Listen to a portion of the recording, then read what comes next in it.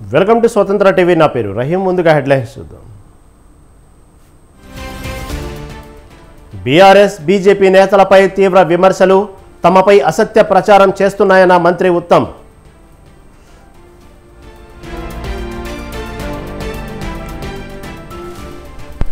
పౌర సరఫరాల శాఖలో భారీ స్కామ్ జరిగింది. 50 రోజుల్లోనే కోట్ల భారీ కుంభకోణానికి పాల్పడిందన్న కేటీఆర్.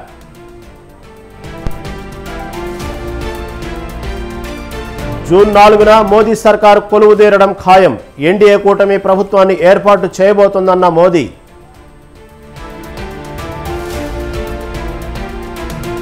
తీరం వైపు దూసుకొస్తున్న రెమాల్ తుఫాను, తెలుగు రాష్ట్రాలకు భారీగా వర్షాలు.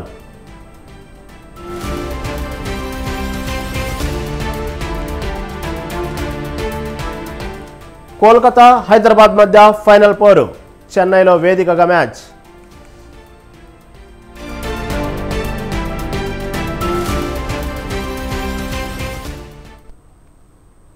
రైట్, ఇక డీటెయిల్స్ చూస్తే టీడీపీ పోలిట్ బ్యూరో సభ్యుడు నందమూరి బాలకృష్ణ నేడు తెలంగాణ ముఖ్యమంత్రి రేవంత్ రెడ్డిని కలిశారు.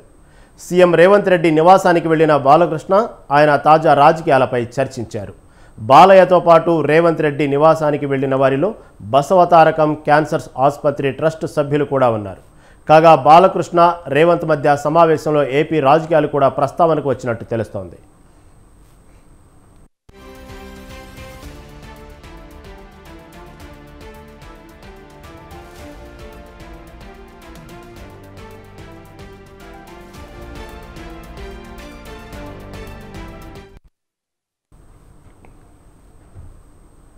మాచర్ల ఎమ్మెల్యే పిన్నెల్లి బ్రదర్స్పై తీవ్ర విమర్శలు చేశారు టీడీపీ నేత వర్ల రామయ్య. మాచర్లను తన సామ్రాజ్యంగా భావించి పిన్నెల్లి సాగించిన దౌర్జన్యకాండ, అతని దుర్మార్గ చర్యలు ఒక్కొక్కటిగా బయటకు వస్తున్నాయని తెలిపారు. ఏజెంటుగా కూర్చుంటే చంపేస్తారా అని ప్రశ్నించారు. రెడ్డి అతని తమ్ముడు ఆ మాచర్లను వాళ్ళ సొంత సామ్రాజ్యంగా, సొంత డొమినియన్గా ఏర్పాటు చేసుకొని వారి మాట కాదన్న వాళ్ళని ఈ రకంగా చంపేయటం, హింస పెట్టడం, బెదిరించటం, మానసిక క్షోభకు గురి చేయటం వాళ్ళకి అలవాటైపోయింది. ఆ కళ్ళకుంటలో వాళ్ళ సొంత గ్రామంలో ఏజెంట్గా కూర్చోవటం అతని పాపం అండి. ఒక దళితుడు, ఒక మాదిగ కులానికి చెందినవాడు ధైర్యంగా నా తెలుగుదేశం పార్టీ తరఫున నేను కూర్చుంటానని ఏజెంట్గా కూర్చుంటే చంపేస్తారా? అంటే ఎస్సీలు ఉండొద్దా? ఈ రాష్ట్రంలో ఉండొద్దా? నా ఎస్సీలని ఓట్లు దొబ్బుకు తిని ఈరోజు చంపేస్తారండి ఎస్సీల్ని. నేను అందుకే జగన్మోహన్ రెడ్డి ప్రజాక్షేత్రంలో తేల్చుకుందాం ఉన్నాను. ఇదా ప్రజాక్షేత్రం తేల్చుకోవటం అంటే? ఈ రాక్షసత్వమా? ఎక్కడ వాడు ఇది చంబల్లోయ గ్రామాలకు 100 గ్రామాలు కలిపితే చంబల్లోయలో ఈ కళ్ళకుంట గ్రామం అని చెబితే సిగ్గుపడాలా? అక్కడున్న పోలీసు వ్యవస్థ కూడా ఆలోచన చేయాలా? ఈరోజు నా బిడ్డ అంతా భార్యాబిడ్డలు ఎటో పోయారు, వీడెటేటో తిరిగాడు. ఈ రోజున ఇక్కడికి వచ్చారు కాబట్టి ధైర్యంగా 2 మాటలు చెప్పగలిగాడు. ఇక్కడ ఆ పిన్నెల్లి రామకృష్ణారెడ్డి అతని తమ్ముడు ఆ మాచర్లను వాళ్ళ సొంత సామ్రాజ్యంగా, సొంత డొమినియన్గా ఏర్పాటు చేసుకొని వారి మాట కాదన్న వాళ్ళని ఈ రకంగా చంపేయటం, హింస పెట్టడం. రేపు జరగనున్న పట్టభద్రుల ఎమ్మెల్సీ ఎన్నికలకు అధికారులు అన్ని ఏర్పాట్లు చేశారు. ఖమ్మం నగరంలోని ఎస్ఆర్ అండ్ బీజేఎన్ఆర్ కళాశాల మైదానం నుంచి ఎన్నికల సామాగ్రిని నేడు తరలించనున్నారు. ఖమ్మం జిల్లా పరిధిలో మొత్తం 83,879 మంది ఉండగా పురుషులు 50,676, మహిళలు 33,199 మంది, ఇతరులు 4 ఉన్నారు.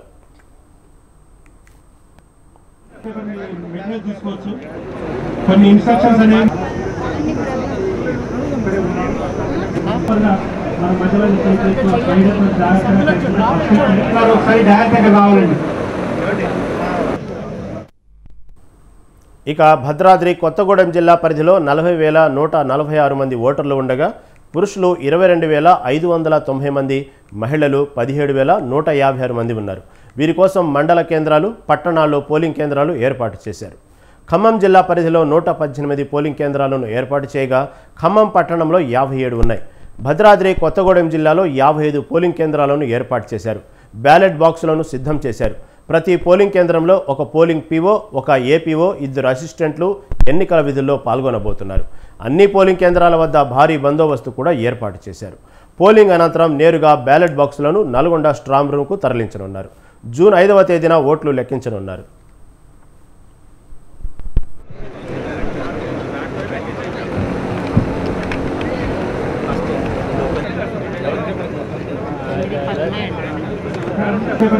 వెంటనే తీసుకోవచ్చు.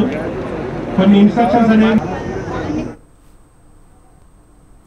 ఏపీలో ఏ స్థాయిలో ఎన్నికల పోరాటం జరిగిందో ఘర్షణలే నిరూపిస్తున్నాయి. ఇలాంటి సమయంలో పలు నియోజకవర్గాల రిటర్నింగ్ ఆఫీసర్లు తీవ్ర ఒత్తిడిని ఎదుర్కొంటున్నారు. రెండు వైపుల నుంచి అభ్యర్థులు ఇబ్బంది పెడుతుండటంతో తమకు ఈ బాధ్యతలు వద్దని ఎన్నికల సంఘానికి నివేదించుకుంటున్నారు. రాయలసీమలోని దాదాపుగా 15 నియోజకవర్గాల రిటర్నింగ్ ఆఫీసర్లు సెలవుల కోసం ఈసీకి దర్యాప్తు చేసుకున్నట్లు తెలుస్తుంది. అయితే ఈసీ మాత్రం తాము అండగా ఉంటామని నిర్భయంగా విధులు నిర్వహించాలని ఈసీ సూచిస్తుంది. అయినా కొంతమంది తట్టుకోలేక సెలవు పెట్టి వెళ్ళిపోతున్నారు.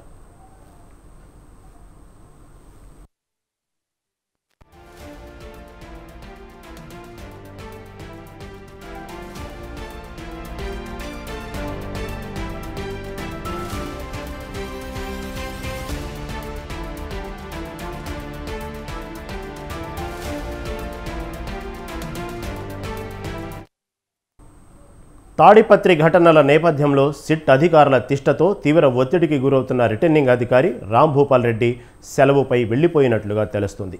తాడిపత్రి ఘటనలపై ఇంకా సిట్ దర్యాప్తు కొనసాగుతోంది. ఈ విషయంలో ఆయనపై తీవ్ర ఒత్తిడి ఉండటంతో తనకు ఎన్నికల డ్యూటీ నుంచి తప్పించాలని రాంభూపాల్ రెడ్డి ఇదివరకే ఉన్నతాధికారులను కోరారు. కౌంటింగ్ వరకు కొనసాగాలని ఉన్నతాధికారులు స్పష్టం చేశారు. అయితే తనకు ఆరోగ్యం బాగలేదంటూ మరోసారి సెలవు కోసం విజ్ఞప్తి చేయడంతో అధికారులు అనుమతించక తప్పలేదు. రాంభూపాల్ రెడ్డి స్థానంలో ఇతర అధికారికి బాధ్యతలు అప్పగించే అవకాశం ఉన్నట్లు సమాచారం.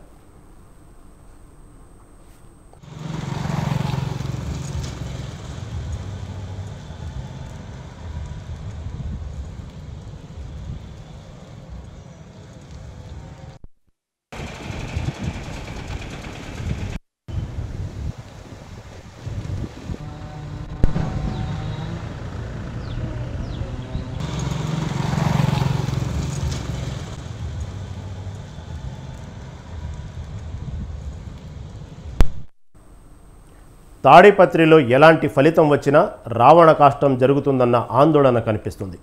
పోస్టల్ బ్యాలెట్స్ దగ్గర నుంచి కౌంటింగ్ వరకు ప్రతి విషయం వివాదాస్పదమయ్యే అవకాశం ఉంది. అభ్యర్థులు ఇద్దరూ ఎవరికి వారు తగ్గని నేతలుగా పేరు తెచ్చుకున్నారు. ఫ్యాషన్ ప్రభావం ఎక్కువగా ఉంది. పోలింగ్ రోజు పోలీసులు కంట్రోల్ చేసినా ఒకరిపై ఒకరు దాడులు చేసుకున్నారు. కౌంటింగ్ రోజు పరిస్థితులు ఎలా ఉంటాయో అంచనా వేయడం కష్టంగా మారింది.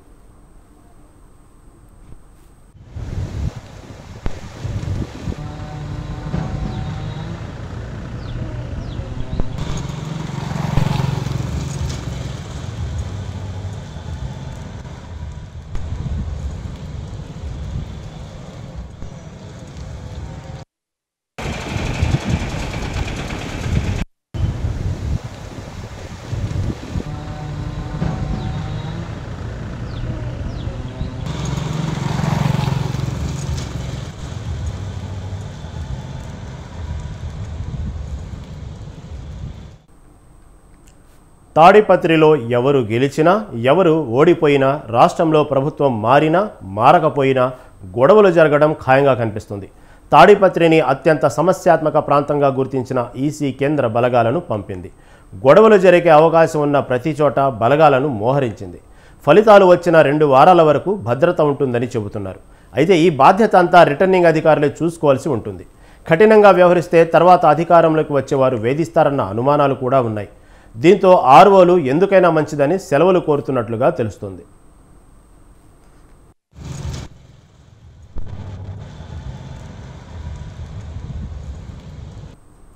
వర్షం అంటే కర్షకులు హర్షం వ్యక్తం చేస్తారేమో కానీ భాగ్యనగర్ వాసులు మాత్రం వణికిపోతారు. చిన్నపాటి వర్షం వచ్చినా పెద్ద నదుల్లా రోడ్లు మారిపోవడమే నగరవాసుల భయానికి కారణం. వర్ష భీభత్సానికి వాహనాలన్నీ పడవల్లా మారి ప్రవాహంలో కొట్టుకుపోతుంటే నిస్సహాయంగా చూడడం తప్ప ఏమీ చేయలేకపోతున్నారు. దీంతో జిహెచ్ఎంసీ అధికారులు వాటర్ లాగిన్ పాయింట్స్ గుర్తించారు. అయితే పాయింట్లు గుర్తించిన సమస్య పరిష్కారానికి సమగ్ర చర్యలు చేపట్టకపోవడం మైనస్ పాయింట్గా మారింది.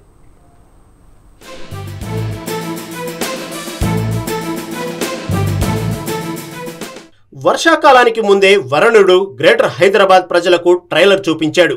ఇటీవల హఠాత్తుగా కురిసిన వర్షాలకు నగరం తడిసి ముద్దైంది. చాలా కాలనీలు నీట మునిగాయి. నగర రోడ్లన్నీ నదులను తలపించాయి. గతంలో కురిసిన వర్షాల సమయంలో 200కు పైగా వాటర్ లాగింగ్ పాయింట్లను జిహెచ్ఎంసీ గుర్తించింది. అయితే ప్రతి వర్షాకాలంలో మేజర్ జంక్షన్ల మధ్య భారీ స్థాయిలో నీరు నిలిచిపోతుండటంతో వాహన చోదకులు సామాన్య ప్రజలు తీవ్ర ఇబ్బందులు పడుతున్నారు. దీంతో అప్రమత్తమైన జీహెచ్ఎంసీ వాటర్ స్టాగ్నేషన్కు తావు లేకుండా చేయాలని నిర్ణయించింది.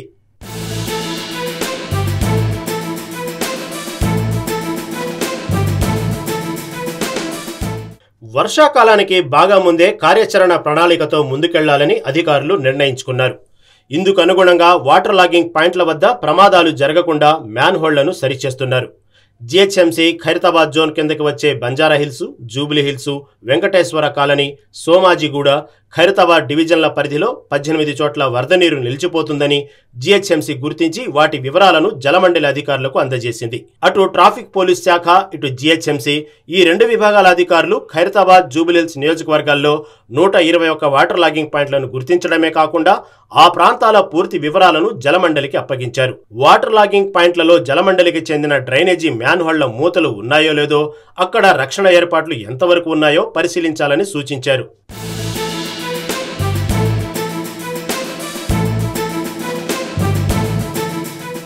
గతంలో గుర్తించిన వాటర్ లాగింగ్ పాయింట్స్ వద్ద సమస్య ఇంకా పరిష్కారం కాలేదు. అధికారుల సమన్వయ లోపం వల్ల ఈ సమస్య పరిష్కారం కాలేదని తెలుస్తుంది. వర్షాకాలం ప్రారంభం కావడానికి మరొక 2 వారాలు మాత్రమే మిగిలి ఉండటంతో ఈ సమయంలో అక్కడక్కడ వాటర్ లాగింగ్ పాయింట్స్ వద్ద ఉన్న సమస్య పరిష్కారానికి అధికారులు ప్రయత్నాలు చేస్తున్నారు.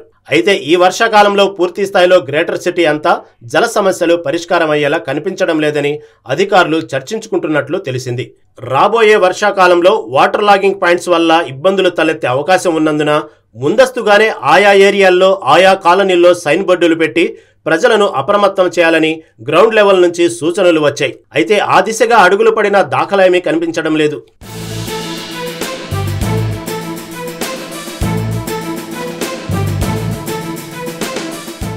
రాబోయే వర్షాకాలానికి ముందే జల సమస్యల పరిష్కారానికి, నాలాల మరమ్మతులకు అత్యవసర చర్యలు చేపట్టాలని ఉన్నతాధికారులు ఆదేశాలు జారీ చేశారు. అయితే గ్రౌండ్ లెవెల్లో ఆ పనులు నత్తనడకనే సాగుతున్నాయని తెలుస్తోంది. దీనిపై ఉన్నతాధికారులు వెంటనే చర్యలు తీసుకోవాల్సిన ఆవశ్యకత ఎంతైనా ఉంది. Prevention is better than cure అనే సామెతను జ్ఞప్తికి తెచ్చుకొని వర్ష భీభత్సాలపై ముందు జాగ్రత్త చర్యలు తీసుకోవాలని ప్రజలు తెలియజేస్తున్నారు. రెమాల్ తుఫాను దూసుకొస్తుంది. బెంగాల్, అస్సాం, మేఘాలయలో రెడ్ అలర్ట్ జారీ చేశారు అధికారులు. తుఫాన్ కారణంతో కోల్కతా ఎయిర్పోర్టు మూసివేసి విమాన రాకపోకలు నిలిపివేస్తున్నారు. బంగాళాఖాతంలో రెమాల్ తుఫాన్ బలపడింది. తీవ్ర తుఫానుగా మారిన రెమాల్ తుఫాను అర్ధరాత్రి సమయంలో బెంగాల్ సమీపంలో తీరం దాటే అవకాశం ఉంది. తీరం దాటే సమయంలో 110 నుండి 135 కిలోమీటర్ల వేగంతో గాలులు వీస్తాయి. ఉత్తర ఒడిశా, బెంగాల్, ఈశాన్య రాష్ట్రాల్లో భారీ వర్షాలు పడే అవకాశం ఉందని వాతావరణ శాఖ హెచ్చరించింది.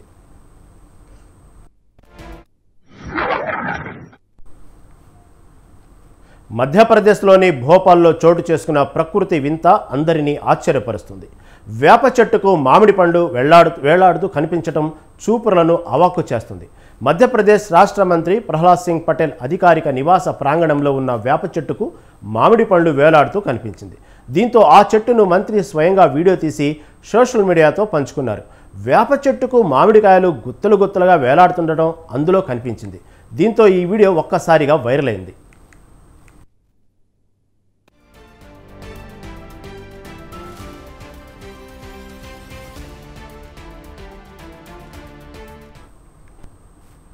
మంత్రి ప్రహ్లాద్ పటేల్ ఈ సమాచారాన్ని వ్యవసాయ శాస్త్రవేత్తలకు అందించడంతో వారు వచ్చి వేప చెట్టును పరిశీలించారు.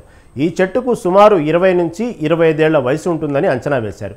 వేప చెట్టులో ఓ మామిడి కొమ్మ కూడా ఉందన్నారు. కొన్నిసార్లు మామిడి చెట్ల నుంచి పూతరాలి పక్కన ఉండే చెట్లపై మొక్కలుగా పెరుగుతుంటాయని ప్రతిభా సింగ్లో వృక్ష శాస్త్రజ్ఞుడు చెప్పారు. అయితే ఈ వీడియో చూసిన నెటిజన్లు ఇదంతా దేవుడి మహిమ అంటూ కామెంట్ చేస్తున్నారు. కొందరేమో వేపతో కలిసిన మామిడి అయినందున ఆ పండ్లలో షుగర్ వ్యాధి తగ్గించే ఔషధ గుణాలు ఉంటాయని పేర్కొన్నారు.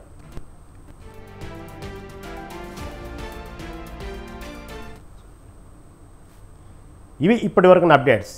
కీప్ వాచింగ్ స్వతంత్ర టీవీ.